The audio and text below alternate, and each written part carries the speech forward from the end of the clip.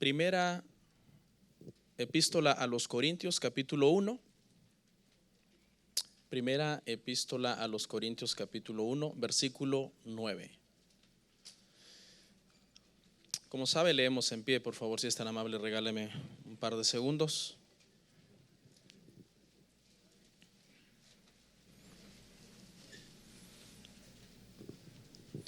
Dice la palabra del Señor: fiel es Dios, por el cual fuisteis llamados a la comunión con su Hijo Jesucristo nuestro Señor. Fiel es Dios, por el cual fuisteis llamados a la comunión con su Hijo Jesucristo nuestro Señor. Vamos a orar. Padre eterno, te damos toda la gloria a ti, Señor, y toda la alabanza. Yo creo en tu palabra. Yo creo que tu palabra, Señor, es la verdad. Desde el Génesis hasta el Apocalipsis, tu palabra es infalible, es inerrante, no hay error en ella. Y es, Padre Santo, maravillosa. Queremos aprender a apreciarla, Padre, a valorarla. Ayúdanos a no pasar por alto tus preceptos, Señor, y tus mandamientos.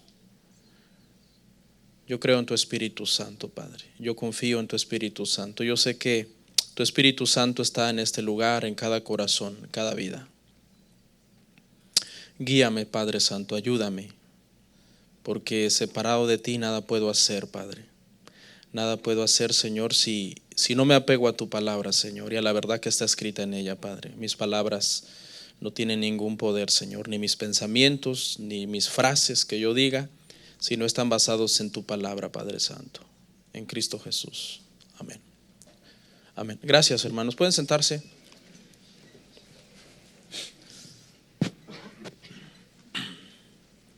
Bueno, hermanos, gracias a Dios, el día de hoy terminamos nuestra serie que se llama Corrigiendo lo Deficiente. Y estuvimos hablando de 4 cosas prácticas que había que corregir, y es la última.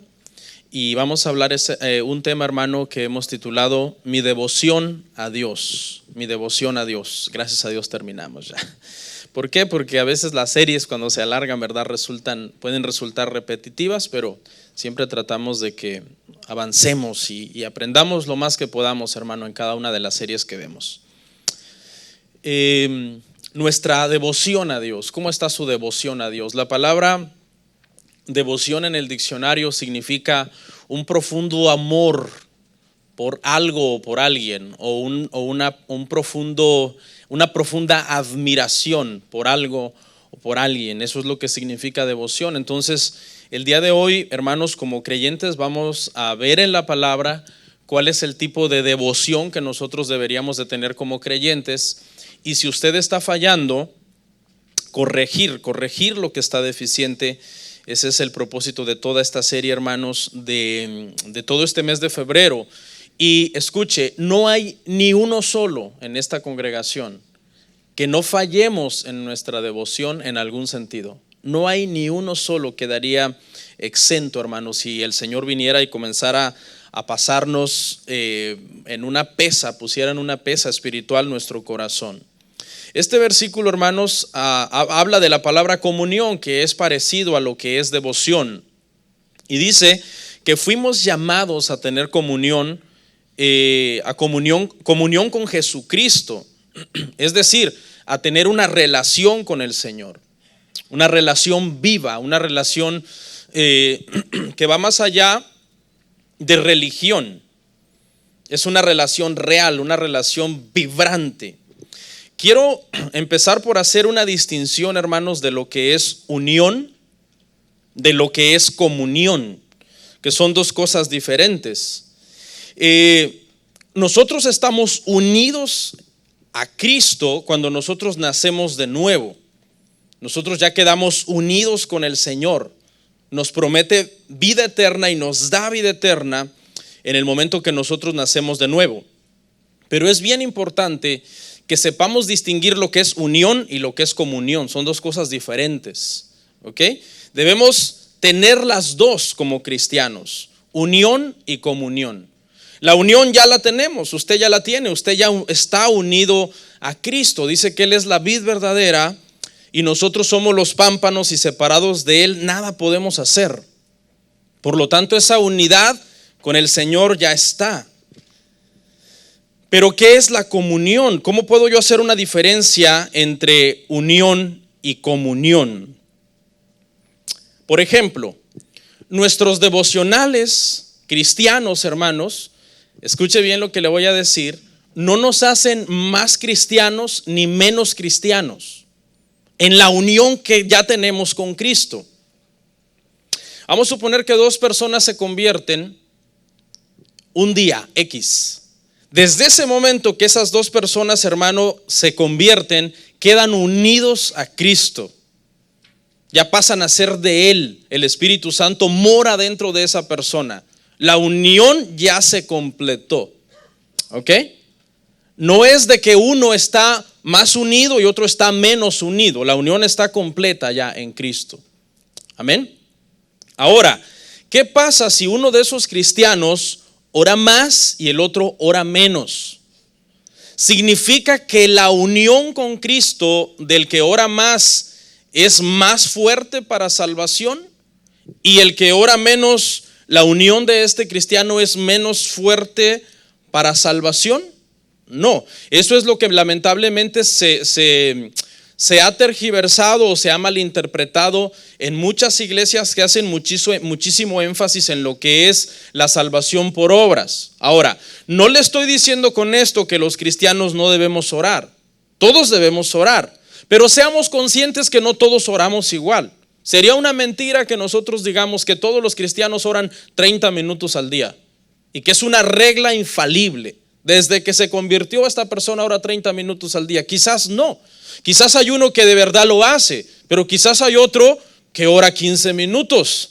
Y curiosamente, quizás el que ora 15 minutos tiene más frutos que el que ora 30. O sea, el cristianismo es, en ese sentido, hermano, nosotros tenemos que tener mucho entendimiento cuando hablamos de la unión con Cristo. Ok, pero entonces, ¿cuál es la diferencia entre unión y comunión? La unión establece una relación con Cristo. Es decir, cuando nosotros nacemos de nuevo, nosotros llegamos a ser hijos de Dios. Y no somos menos hijos o más hijos.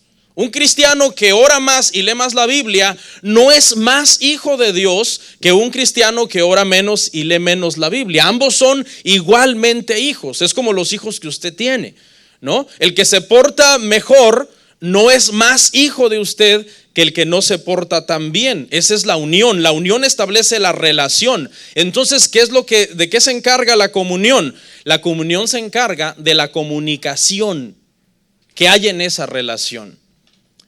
Los dos hijos que usted tiene, ambos son igualmente hijos. Quizás uno se porta mejor y el otro peor, pero ambos son sus hijos. Ahora, es posible que con uno de ellos usted tenga más comunión.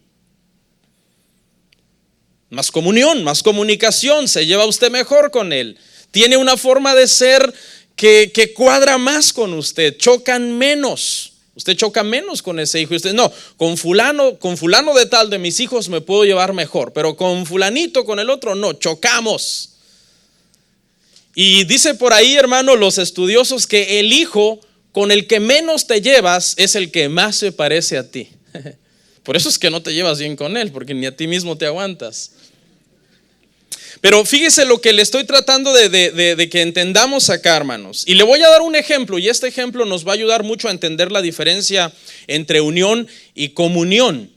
Y está basado en el matrimonio, que es lo que más representa la unión de un creyente con Cristo, ¿no? En la Biblia Cristo es llamado el esposo y la iglesia es llamada la novia, la esposa.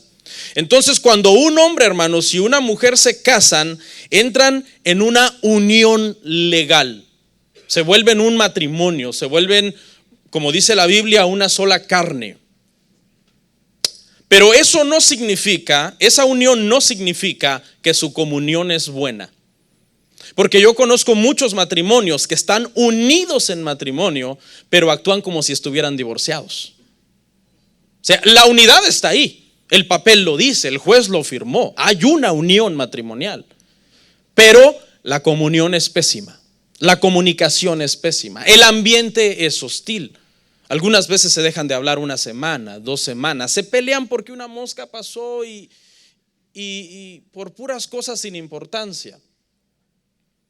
¿Eso qué significa? Que mientras el matrimonio estableció la relación de unidad, sin embargo, la comunión es mala. Es exactamente lo mismo que pasa con muchos cristianos, de que hay una unión con Cristo, porque nacimos de nuevo y somos hijos de Dios y fuimos salvados por la gracia mediante la fe. Al Señor le plació salvarnos.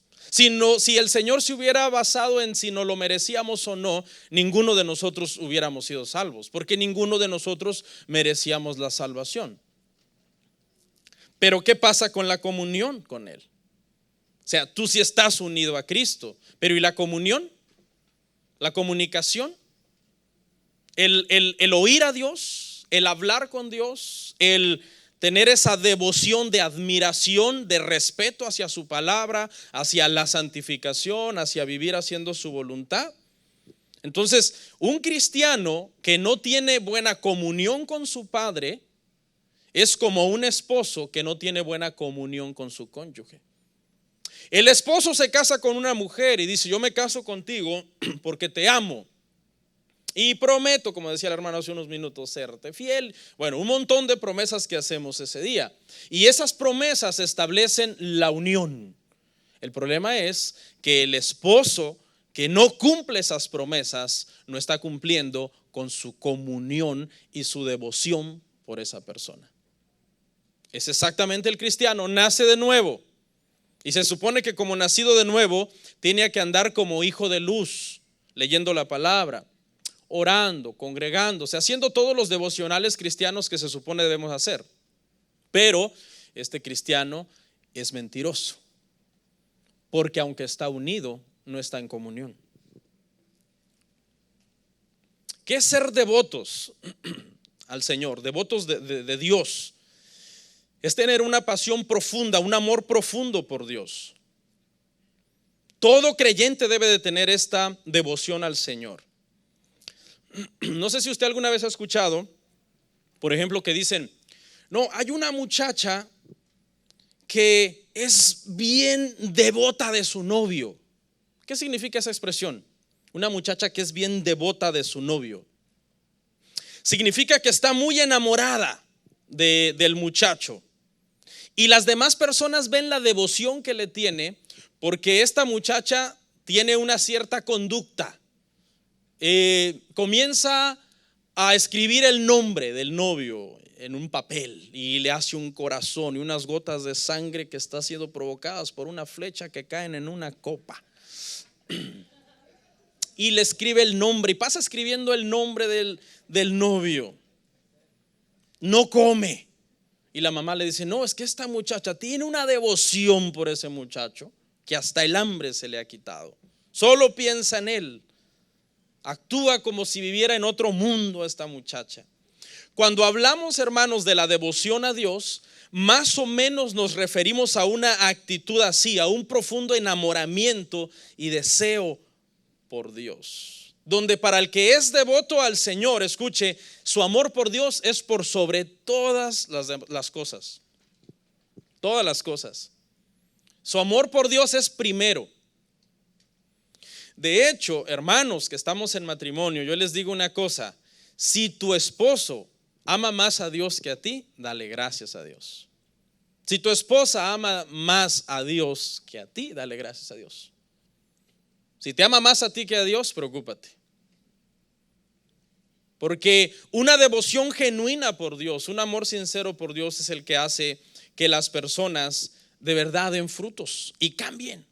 Porque la devoción es querer ser más semejante a Dios. La devoción es querer parecernos más a Cristo, querer estar más llenos del Espíritu Santo, controlados completamente por el Espíritu Santo. Ahora, para que no se confundan, les quiero aclarar una cosa, hermanos. La devoción no es solamente una cantidad de actividades que uno hace, porque esas actividades cualquiera las puede hacer. La devoción, hermanos, es una actitud. Si tú crees que entre tú más actividades haces para Dios o por Dios, eres más devoto del Señor, estás equivocado.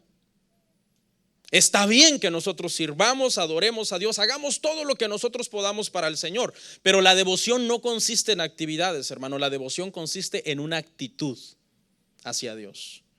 Porque si fuera por oración, los musulmanes oran más que nosotros. Si fuera por ayuno, los musulmanes ayunan más que nosotros, o los hindús. Si fuera por evangelizar, los testigos de Jehová evangelizan más que nosotros. Si fuera por ser más generosos, los mormones son más generosos que nosotros.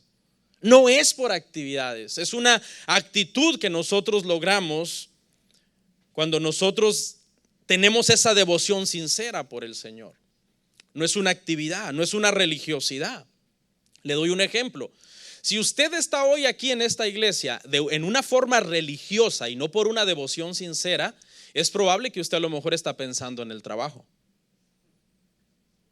Su corazón está en el trabajo, o su corazón está en otra parte. El que no tiene una devoción sincera por Dios va a la iglesia a pensar en el trabajo. Y el que es devoto del Señor va al trabajo a pensar en Dios. ¿Sí ve la diferencia? Es una actitud, es estar buscando constantemente la comunión con el Señor. Esa comunión no se pierde en ningún momento en nuestro día. Por eso hay un versículo que dice: orad sin cesar.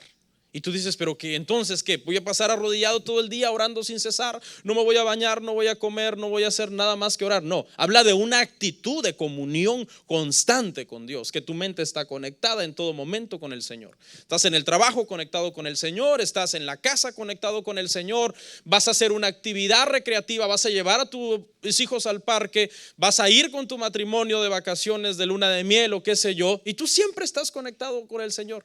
Nunca tomas vacaciones del Señor, porque hay una devoción, como esa muchacha que mencionábamos, que está profundamente enamorada de su novio, y tú estás profundamente enamorado o enamorada del Señor.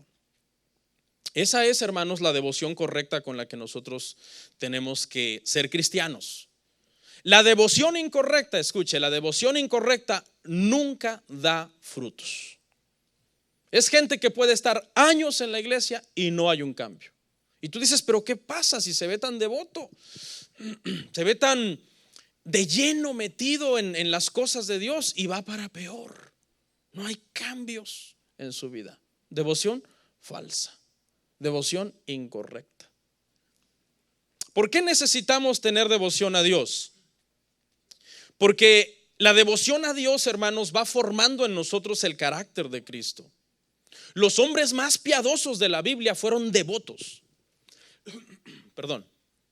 Eran personas que amaban, hermanos, estar con Dios. Y esa devoción a Dios los transformó. Moisés pasó de ser un hombre temeroso y un asesino a ser un hombre valiente. De ser un orgulloso príncipe que se creó, hermanos, en el palacio del faraón, a ser un hombre manso. Dice que era el hombre más manso sobre la tierra. Abraham pasó de ser un hombre temeroso y mentiroso, que cada vez que le preguntaban por Sara decía: es mi hermana, aunque decía una media verdad porque era su media hermana, pero en realidad la intención era de miedo, porque decía: no sea que me maten cuando digan, si yo digo es mi esposa, me la van a querer quitar y van a decir matemos al marido y quedémonos con la esposa de él. Pablo era un violento perseguidor de los cristianos.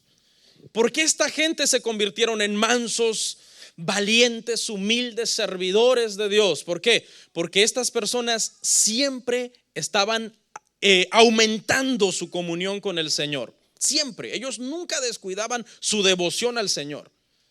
O sea, ellos era el ministerio, lo que ellos tenían que hacer para Dios era una cosa, que ellos la hacían siempre dependiendo de su devoción al Señor, de esa comunión plena que tenían siempre con el Señor. Eso aplica de igual forma a nosotros los creyentes, hermano. Nosotros debemos esforzarnos, entregarnos más al Señor, debemos ejercitarnos en esa devoción piadosa que va a dar frutos en nosotros.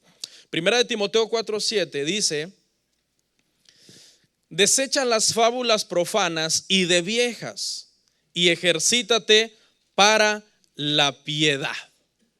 Ejercítate para la piedad. Nosotros somos llamados, hermanos, a esforzarnos en la piedad, a ejercitarnos en la piedad. ¿Cuántos alguna vez han ido al gimnasio y dicen: yo quiero hacer pesas?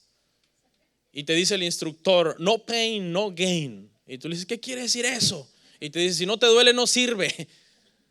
Así que hasta que le duela. Y tú estás ahí afanado frente al espejo y por 2, 3 que haces, ya crees que estás más fuerte. Solamente porque te pusiste un poco duro, ¿no? Por la presión, la tensión. Y hay un esfuerzo. Fíjese, en la salvación nosotros no tuvimos nada que ver. Nosotros no nos esforzamos para nada. Pero en la santificación sí hay un esfuerzo de parte de nosotros. Aunque claro, viene producido del Señor, porque Él es el que pone el querer como el hacer en nosotros por su buena voluntad. Hay un problema en la iglesia, hermanos, en general. ¿Y sabe cuál es el problema? Que nosotros, escuche bien lo que le voy a decir, nos esforzamos mucho por hacer muchas cosas para el Señor. Y nos esforzamos muy poco por llegar a ser. Llegar yo a ser en mi persona lo que el Señor quiere que yo sea. Es decir, ser más entregado a Dios antes de hacer un montón de cosas en la iglesia. O sea, está bien hacer muchas cosas en la iglesia. La iglesia necesita servidores. Apenas hablamos de eso la semana pasada, porque los obreros son pocos y la comisión es grande. Sí, pero el cristiano debe entender que antes de llegar a hacer muchas cosas para Dios, primero tiene que llegar a ser. Por ejemplo, antes de que yo, hermano, haga muchas cosas para el Señor con orgullo, me haría mucho bien primero yo en lo secreto llegar a ser más humilde. Otro. Antes de que yo haga muchas cosas a la ligera, como si las estuviera haciendo para cualquiera, me haría mucho bien primero a mí en lo secreto llegar a ser temeroso. Otro, antes de hacer muchas cosas en público, me haría mucho bien a mí ser fiel a Cristo en lo secreto. Y antes de hacer cosas más grandes, porque hay un ego en nosotros que siempre queremos hacer cosas más grandes, sería muy bueno que primero yo en lo secreto yo sea más obediente en las cosas pequeñas al Señor. El problema de la iglesia hoy es ese. La gente en secreto es lo que quiere ser, hace lo que quiere, vive como quiere, pero quiere hacer un montón de cosas en público. Como dice el pastor Miguel Núñez, nos hemos centrado tanto en hacer que hemos dejado de ser. ¿Quién eres en Dios? ¿Quién eres tú en Dios? Mucha gente se preocupa más por su reputación que por su carácter. ¿Qué es reputación? Reputación es lo que los demás piensan de ti en público. Esa es reputación. No, es que yo quiero, por ejemplo, hay gente que es muy perfeccionista. No sé si usted sabía que el perfeccionismo en realidad es un problema. Una persona perfeccionista, ¿sabe qué tiene? Inseguridad. Por si tú eres perfeccionista y dices, no, yo soy demasiado perfeccionista y hasta te jactas de tu perfeccionismo. No, un perfeccionista es tan perfeccionista porque es inseguro y quiere agradarle a todos y quiere todo nítido y todo perfecto y la casa perfecta y los hijos perfectos y la iglesia perfecta y el servicio perfecto. Y eso habla precisamente de su ¿qué dijimos? Inseguridad. Acá, hermanos.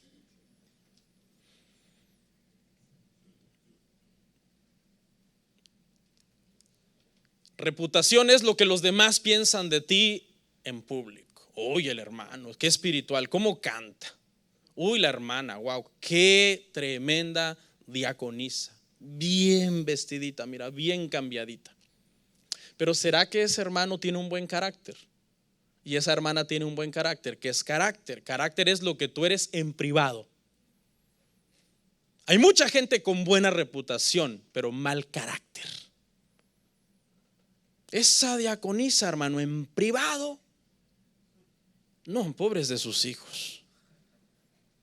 Pero ponla a servir. Es la más perfeccionista de todas. El que canta, no, hombre, casi hace bajar a los ángeles a callarlo. ¿Qué pensaban? ¿Que animarlo? Pero en privado, en su trabajo, a su esposa, pobre de su esposa. ¿Sí ves? Tú te preocupas mucho por la reputación pública, pero el carácter privado está mal. ¿Qué significa eso? Que tú quieres hacer. Yo quiero hacer. Y te has preocupado poco por ser. lo que Dios quiere que tú seas. Obviamente necesitamos desarrollar y hacer las cosas con excelencia en el ministerio, pero la devoción no tiene que ver con excelencia. Si alguien dice yo quiero ser más devoto del Señor porque quiero hacer las cosas con más excelencia, está bien, pero ese no es el propósito de la devoción. El propósito de la devoción es llegar a ser lo que Dios quiere que nosotros seamos en Él. Ahora, ¿cómo yo puedo mejorar mi comunión con Dios? ¿Cómo yo puedo ser más devoto del Señor? Porque dijimos, hermanos, que mientras en la salvación no tenemos nada que ver, en la santificación sí. En la santificación nosotros tenemos que trabajar. En primer lugar, hermanos, si alguno aquí en este lugar tiene la meta de llegar a ser más devoto al Señor, lo felicito. Es una meta admirable. Esa es una meta admirable, hermanos. Si hay alguien aquí sentado hoy que dice, pastor, una de mis metas es llegar a tener más devoción por Dios, le doy mis felicitaciones, porque esa es una meta buena que habla de que tú estás unido a Cristo. O sea, tú ya naciste de nuevo, la relación con Él ya está establecida, la relación de padre e hijo, y ahora tú estás preocupado por la comunicación con Él, por tener una vida real con Él. Ahora le voy a hacer una aclaración. Por muy devotos que nosotros querramos ser, nunca vamos a llegar a estar tan cerca de Dios como para decir, no, ya tengo que bajarle, o sea, ya me pasé de espiritual. No, nunca vamos a estar tan cerca de Dios como deberíamos estar del Señor. Siempre habrá algo que hacer más para el Señor en nuestra vida, en nuestro interior. Los hombres más consagrados de la historia siempre quisieron caminar más con Dios, más cerca de Dios. Enoc un día caminó tan cerca de Dios que Dios se lo llevó. Elías un día agradó tanto al Señor que el Señor se lo llevó también. Nunca estaremos demasiado cerca de Dios como para decir, me daré un descanso espiritual. Entonces, mire, en este punto, hermano, quiero hablarle de 5 cosas que usted hace para tener una buena comunión con un amigo. ¿Cuántos tienen un amigo? No levante su mano porque yo tengo a nadie, ahí nos pega la depresión, ¿no? Pero ¿cuántos tienen algún amigo, alguna amiga de años quizás? Y después de muchos años ustedes han llegado a desarrollar una comunicación, una comunión bonita con esa persona. ¿Ok? Usted, para llegar a tener esa comunión con esa persona, usted ha hecho 5 cosas. Y esas 5 cosas las vamos a aplicar en nuestra comunión con Dios. Por ejemplo, para llegar a tener un buen amigo, usted le oye a su amigo. Su amigo, su amiga abre su corazón y usted le oye con atención. Quizás al principio usted no estaba tan interesado porque usted dijo, quizás estoy perdiendo mi tiempo con esta persona. Pero después usted se dio cuenta que era una persona sincera, que hablaba coherentemente y que como que había una afinidad. Entonces usted comenzó a prestarle más atención a esa persona. Y poco a poco sus problemas le comenzaron a doler a usted. Y se comenzó usted a alegrar también en sus victorias, en sus triunfos. Compramos casa, wow, qué buena noticia. No sentiste envidia, sentiste alegría. Porque en el paso de que tú le has estado oyendo a esa persona, has ido apreciando a esa persona. Otra cosa que hacemos para tener buena comunión con un amigo es que le hablamos. Es decir, nosotros nos abrimos y comenzamos quizás a abrir nuestro corazón. Y vemos que esa persona se comienza a interesar por nosotros y comienzan a ser dignos de nuestra confianza.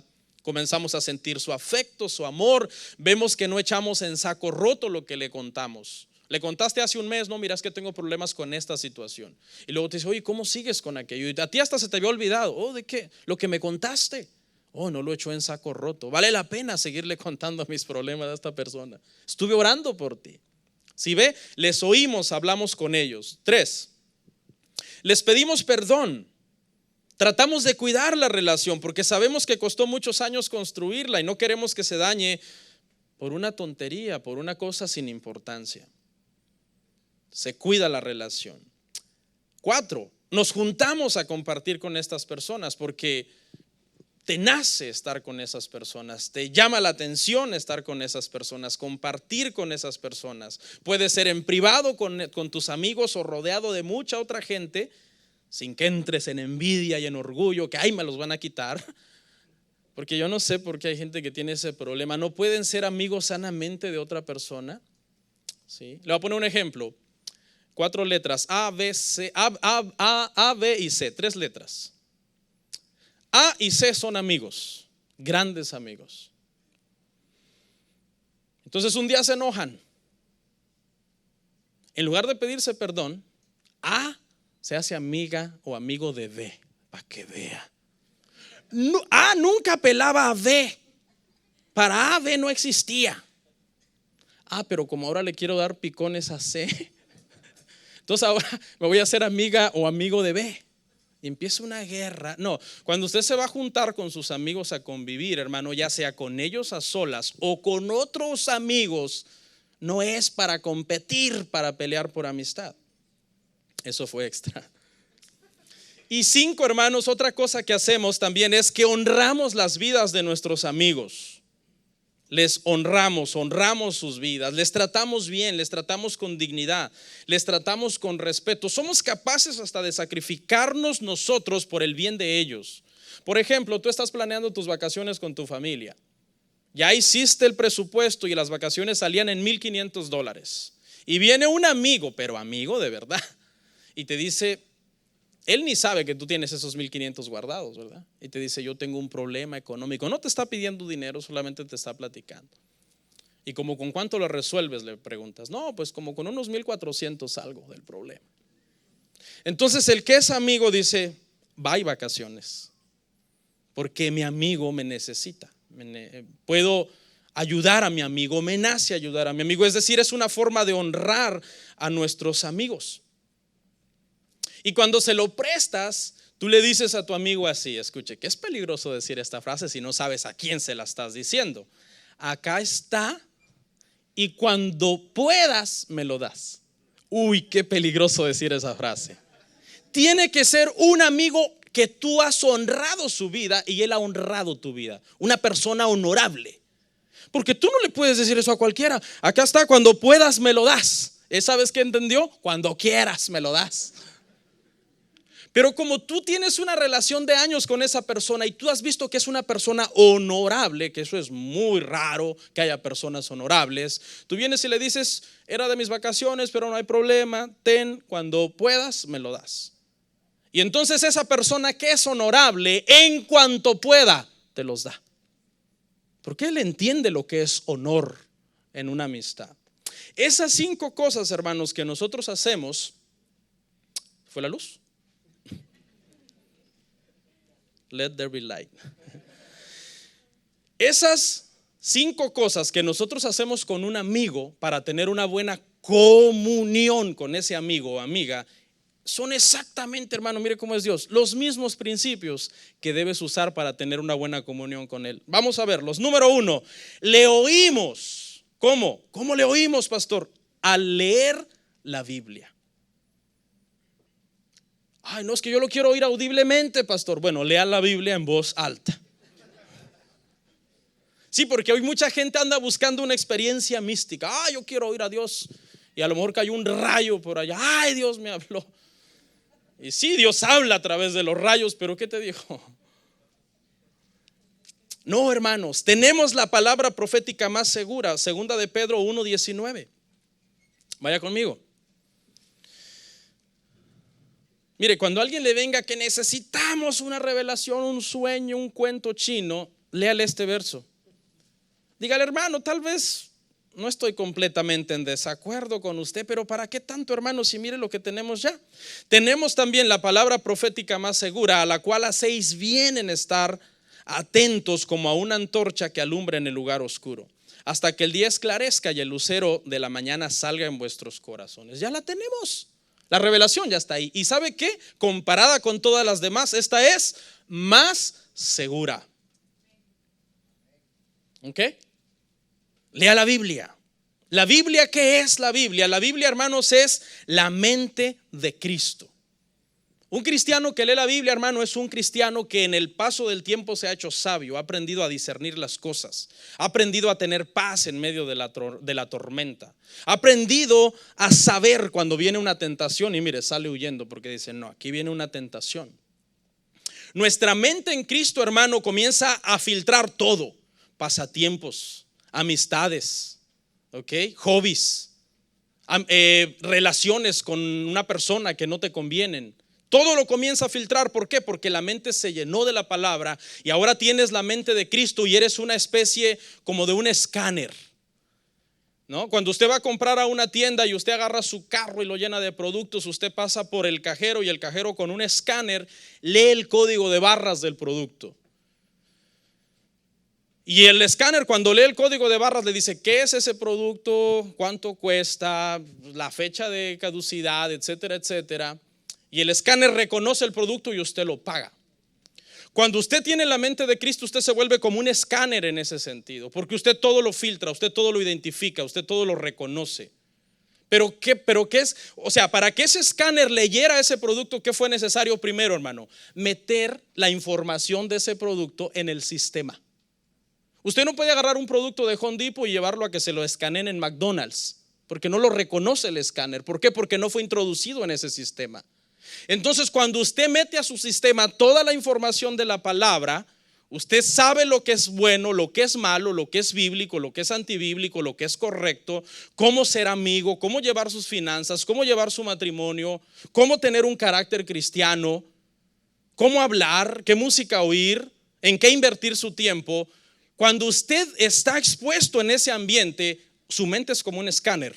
Y por cuanto la información bíblica ya está dentro de usted, ahora usted dice, esto sí está bien, esto no está bien, esto es correcto, esto no lo debo hacer, de esta persona me debo alejar, este trabajo no me conviene, esta decisión está siendo apresurada, las estoy haciendo en mis emociones, en mi confusión, mejor voy a esperar, voy a orar más.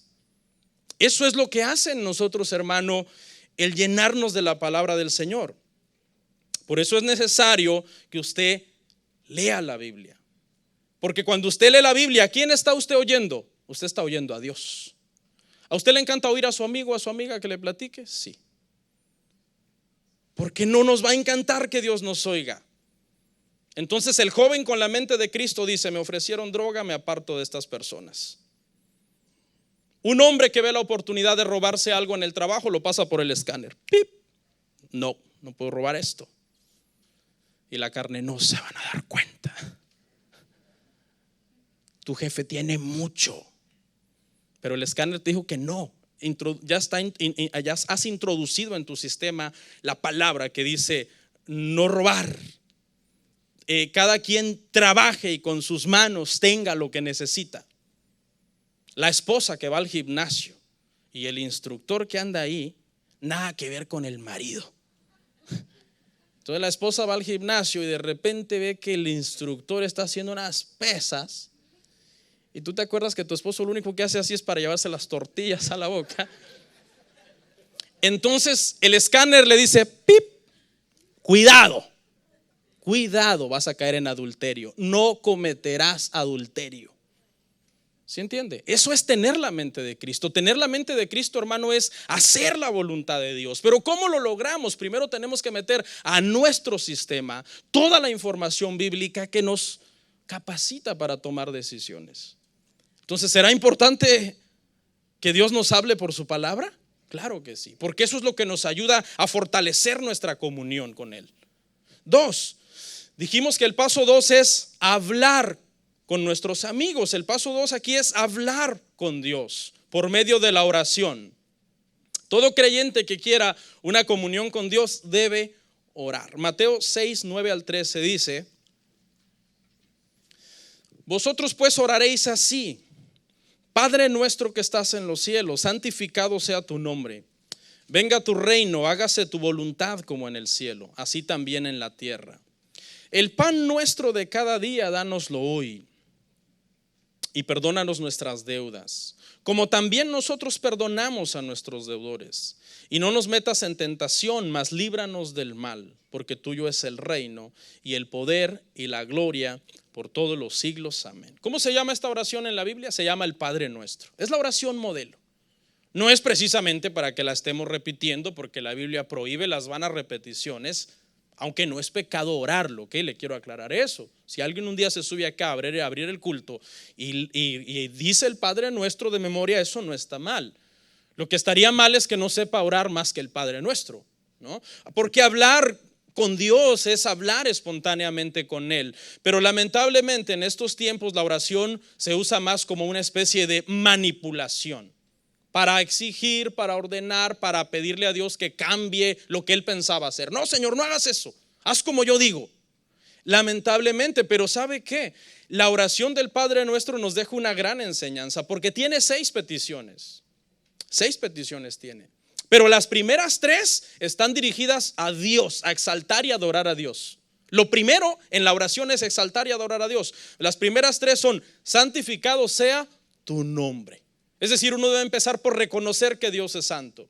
2, venga a nosotros tu reino, es decir, domínanos, gobierna sobre nosotros, haz en mi vida lo que tú tengas que hacer. Eso implica renunciar a nuestra voluntad. Nuestra voluntad muchas veces está en las cosas terrenales. Y el 3, hágase tu voluntad. Entonces la repito: santificado sea tu nombre, venga a nosotros tu reino, hágase tu voluntad. Y solo al último quedan las peticiones para nosotros. ¿Sí ve? Mucha gente usa la oración solamente para darle órdenes a Dios. No, al final, y son peticiones humildes: el pan nuestro, dánoslo hoy. Ni siquiera está pidiendo: dame la provisión de un año. No, el de hoy, dánoslo hoy. ¿Por qué? Porque la Biblia dice que nosotros no sabemos qué será de mañana. Usted pide pan para un año, el Señor le da pan para un año, usted se muere mañana, el pan se pudre. Dios es sabio. ¿Pero por qué no podemos pedir para más? Bueno, porque Dios quiere que confiemos en Él, que Él sea primero antes que el pan. Porque no solo de pan vivirá el hombre, sino de toda palabra que sale de la boca de Dios. Y luego la segunda petición: perdona nuestras deudas. Tener paz en nuestro corazón, estar alineados con Dios en su voluntad. No nos metas en tentación. Es decir, Señor, nosotros sabemos que con la tentación nos da ¿qué cosa? La salida. Porque Él no nos tienta más allá de lo que nosotros podamos soportar. Él siempre nos va a dar la salida. Como podrá ver entonces, hermano, el propósito de la oración es adorar, exaltar a Dios. En el primer paso, usted cultiva su mente. Al leer la palabra, usted cultiva su mente. En el segundo paso, cuando usted ora, usted trabaja en su corazón. Usted trabaja en su corazón. Que la mente y el corazón, aunque teológicamente es un poco difícil de definirnos, porque acuérdese que la mente no es el cerebro precisamente. Esa masa gris que usted tiene ahí, que son unas neuronas, que bueno, unas andan ahí medias dormiladas. Esa no es la mente. No se confunda, esa no es la mente. Esa es la parte física de su cerebro. Como tampoco el corazón, con todos sus ventrículos y sus cámaras y sus arterias, es precisamente el corazón al que la Biblia se refiere. No, eso va más allá. Se refiere a nuestra alma que esté alineada con el Señor. Nosotros procesamos la palabra en la mente, y en la oración nosotros llegamos a concebir ser más como Dios. Trabajar en nuestro corazón. Porque nuestro corazón es un problema, hermano. El corazón humano es un problema desde la caída. Cuando Adán pecó, antes de que Adán pecara, la tierra no producía espinos y cardos. La tierra producía solo productos buenos. Cuando Adán pecó, vino la maldición sobre la tierra, y la tierra comenzó a producir maleza, y comenzó a producir espinos, y comenzó a producir cardos. Ahora Adán tenía que trabajar. Ninguna persona que siembra su campo y siembra trigo y siembra flores dice: a mi campo le hacen falta unas espinas. No, nadie en su sano juicio diría eso. Entonces lo mismo pasa en nuestro corazón, hermano. Después de la caída, en nuestro corazón por naturaleza brota ¿qué? Ingratitud, queja, amargura, envidia, odio. Y tú lees la palabra y la palabra te está llenando la mente, pero sigues con un problema en el corazón. Entonces es la oración donde tú vas, te arrodillas y comienzas: Padre, yo sé que tu palabra dice. Entonces la palabra que ya tienes en la mente comienza a hacerse vida en tu corazón. Pero eso sucede cuando tú oras. Las personas que generalmente viven una vida de pecados porque no oran, no se consagran al Señor por medio de la oración. Entonces, hermanos, la gratitud, el perdón, la paciencia, la humildad, la paz interior, las cultivamos en la oración. Número 3, dijimos que también a nuestros amigos les pedimos perdón. Bueno, si usted quiere tener una comunión sana con Dios, es importante que usted le pida perdón a Dios por sus pecados. ¿Cuándo? Diario. Diario. Usted es un pecador, usted es una pecadora. ¿Ok? No, que qué ofensa, que no sé qué. Bueno, quiere que la Biblia lo dice. Yo también, por cierto. Y usted debe de aprender a cultivar esa devoción por medio del perdón también. Juan 1:9 dice que si nosotros confesamos nuestros pecados, Él es fiel y justo para perdonar nuestros pecados y limpiarnos de toda maldad. Una de las barreras que más daña, hermano, la comunión con el Señor es el pecado. Y esa barrera se derriba por medio de la confesión sincera. Pero no es esa confesión hipócrita de, ay Señor, tú sabes que yo, verdad, estoy pecando porque en realidad estoy planeando cómo adulterar y que mi esposa no se dé cuenta y te pido perdón. Y al otro día, ay, sigues planeando, ¿no? El adulterio. No, es un perdón sincero, es un perdón de arrepentimiento. El cristiano cuando pide perdón por su pecado entiende lo siguiente: Jesús fue a la cruz por el pecado. Si yo sigo pecando, ¿de qué me salvó Cristo? Ese es el entendimiento que usted debe tener al pedir perdón por el pecado. Que el pecado llevó a Cristo a la cruz, entre comillas, ¿no? Porque fue la voluntad de Dios y el designio soberano y eterno que ella tenía. Pero ¿qué pasó? De alguna forma nosotros no queremos seguir pecando deliberadamente y teniendo en mal la sangre del Señor. Un cristiano tiene el hábito de pedir perdón.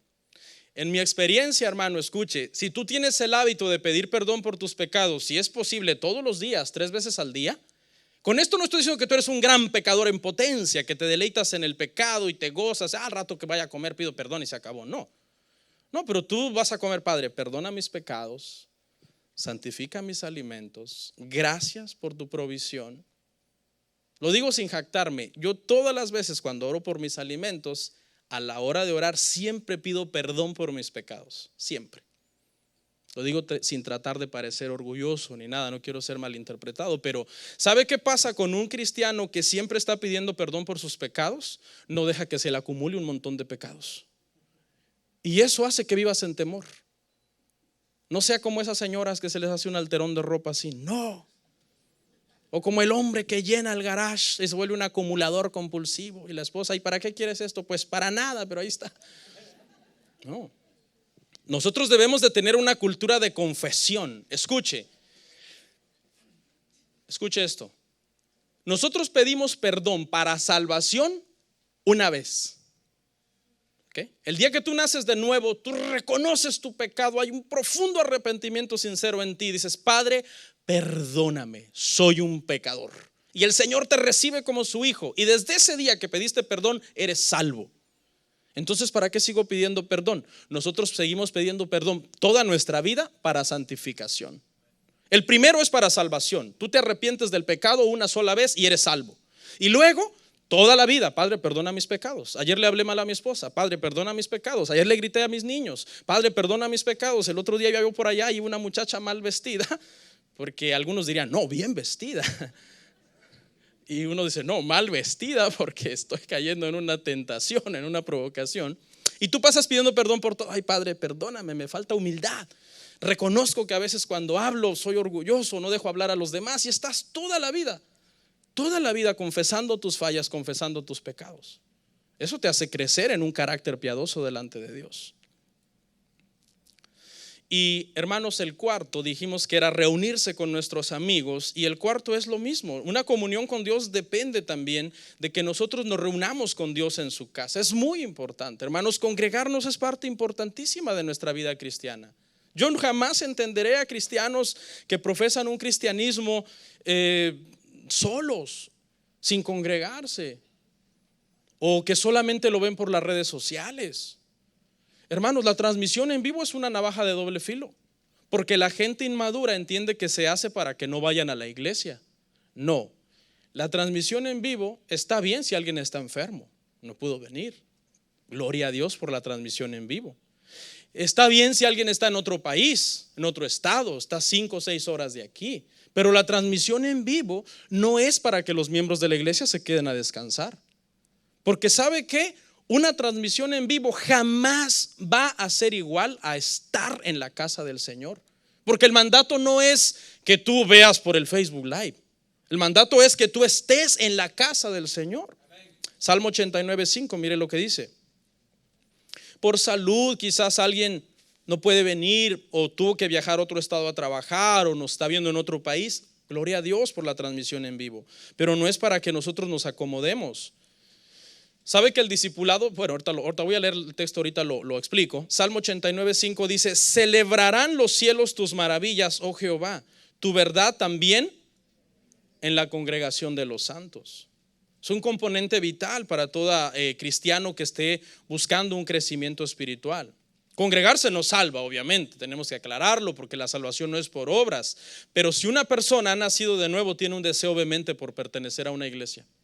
Esa es una marca de un creyente, de un cristiano. Y decía yo hace rato que el discipulado está muy bueno, se está poniendo bastante bueno y los hermanos me están diciendo: pastor, transmitámoslo en vivo. Yo, ¿sabe qué? Unos de estos aquí que no entienden muchas cosas no van a venir, porque van a decir: no, pues si en vivo lo veo. Nunca la transmisión en vivo va a ser igual a estar en el lugar, jamás. ¿Ok? Cuando tú vienes a la iglesia, tú te integras en comunión con tus hermanos y automáticamente en comunión con Dios. Si tú vienes con una buena actitud a la iglesia, venir a la iglesia siempre va a traer como resultado mejor comunión con Dios. Siempre. Eso es porque es un mandato. Y 5, hermanos, dijimos que tú honras la vida de tus amigos. Nosotros debemos honrar a Dios. ¿Cómo honramos a Dios? Lo honramos cuando nosotros le obedecemos. Vamos a Juan 14:15.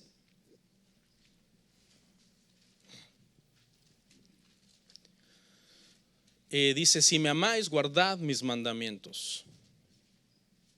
Si me amáis, guardad mis mandamientos. El Señor está a punto de irse ya, está a punto de ser crucificado. Está en el aposento alto, es un jueves. Él va a ser crucificado al otro día, un viernes.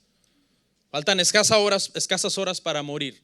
Y el mandamiento que les da es el más importante. Es como el padre que está a punto de irse a un largo viaje y al despedirse de sus hijos les dice: obedezcan a su mamá. En ese momento él ya no quiere decir más porque está a punto de irse. Obedezcan a su mamá, porque con eso se conforma. Obedezcan a su mamá. Entonces es un mandamiento, es el último mandamiento prácticamente que Jesús está dando, ¿verdad? Porque ya está a punto de ser crucificado y nos manda a obedecer, hermanos, a obedecer su palabra, a obedecer sus mandamientos. ¿Qué significa eso? Significa que si tú eres un maldiciente, tú sabes que los maldicientes no entrarán en el reino de Dios, entonces tú cambias tu vocabulario. Y a lo mejor tus familiares incrédulos dicen: oye, tú ya no dices malas palabras. No, ya no digo malas palabras. ¿Y por qué? Quizás no van a entender toda la explicación teológica, pero tú sabes que tú estás obedeciendo a Cristo, obedeciendo su palabra.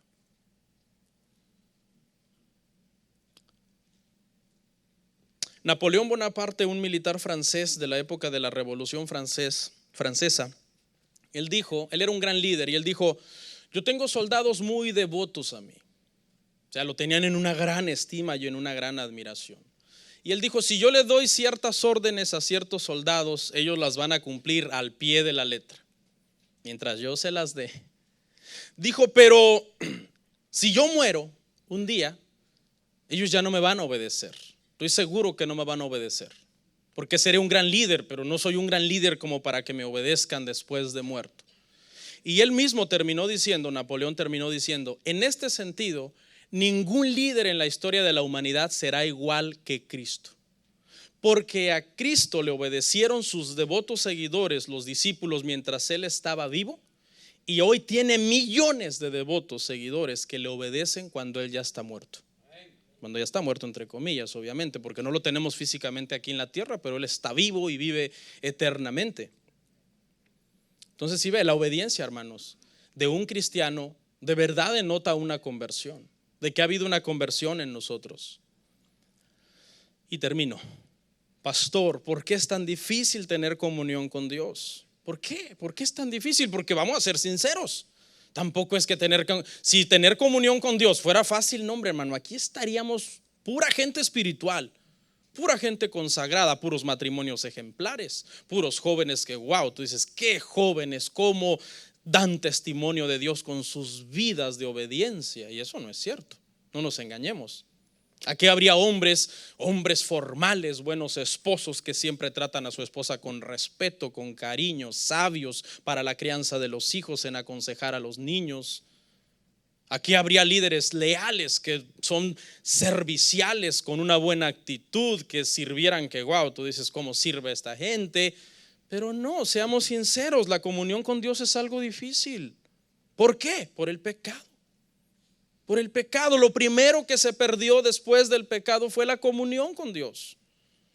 Cuando Adán desobedeció, lo primero que hizo fue que esconderse. Se dañó la comunión con el Señor. Quedaron cortados. Adán fue echado del huerto del Edén.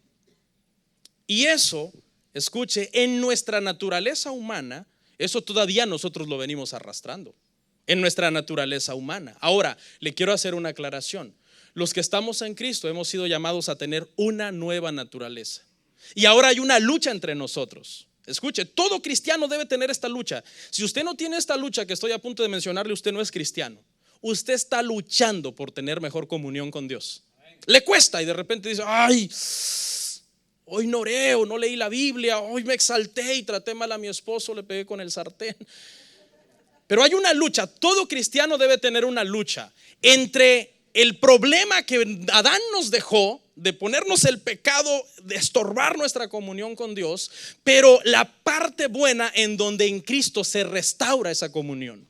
O sea, esa comunión se perdió en Adán por el pecado, pero esa comunión nosotros la restauramos en Jesucristo. Por eso el versículo que leímos al principio dice que Dios nos llamó para tener comunión con Jesucristo. Entonces, mire, usted es cristiano, no levante su mano. ¿Usted es cristiano? Gloria a Dios. Usted está unido a Cristo. Usted está unido a Cristo. La pregunta es, ¿cómo está su comunión? ¿Cómo está su comunicación con Cristo? ¿Le oye a leer su palabra? Son 5 consejos sencillos. Alguien podría decir, este sermón no tuvo nada de profundo. No, no tiene nada de profundo. Son 5 consejos sencillos que los hemos sabido por 2000 años. La pregunta es, ¿cuánto nosotros los hemos aplicado? ¿Cuánto nosotros los practicamos? Tiene usted que leer la Biblia. Usted sabía que si usted lee 20 minutos al día, usted lee toda la Biblia en un año. Es más, usted dice, ay, el Antiguo Testamento me cuesta, son unos términos difíciles. Tú sabías que si tú lees 5 minutos al día, 5 minutos, please, puedes leer el Nuevo Testamento en 6-7 meses, leyendo un capítulo al día. El Nuevo Testamento tiene 260 capítulos. Lees uno al día, te va a tomar 5 minutos. En 260 días, ni siquiera terminado el año, terminaste el Nuevo Testamento. ¿Qué pasa, iglesia? ¿Qué pasa? Hay gente que tiene años en el cristianismo e ignora cosas básicas del Nuevo Testamento. Hay gente que no sabe ni cuántos evangelios hay. 5 minutos. Ahora, con esto no estoy diciendo que no lean el Antiguo Testamento, porque alguien me dice, ay, el pastor ya es un hereje, porque no, también hay que leerlo. Pero dije, si a usted a lo mejor le cuesta, pero si leyera 20 minutos al día, en un año usted leería la Biblia completa. Hermanos, las Biblias cuestan $20-30. Eso cuestan, pero valen más que el oro, porque en la Biblia está la palabra de Dios. Nosotros dejamos ir, valoramos mal las cosas. Si yo le dijera, yo tengo un diamante acá y acá tengo un vaso de agua, y digo, hermano, ¿qué prefiere? ¿Le doy el diamante que cuesta $5 millones o prefiere el vaso de agua?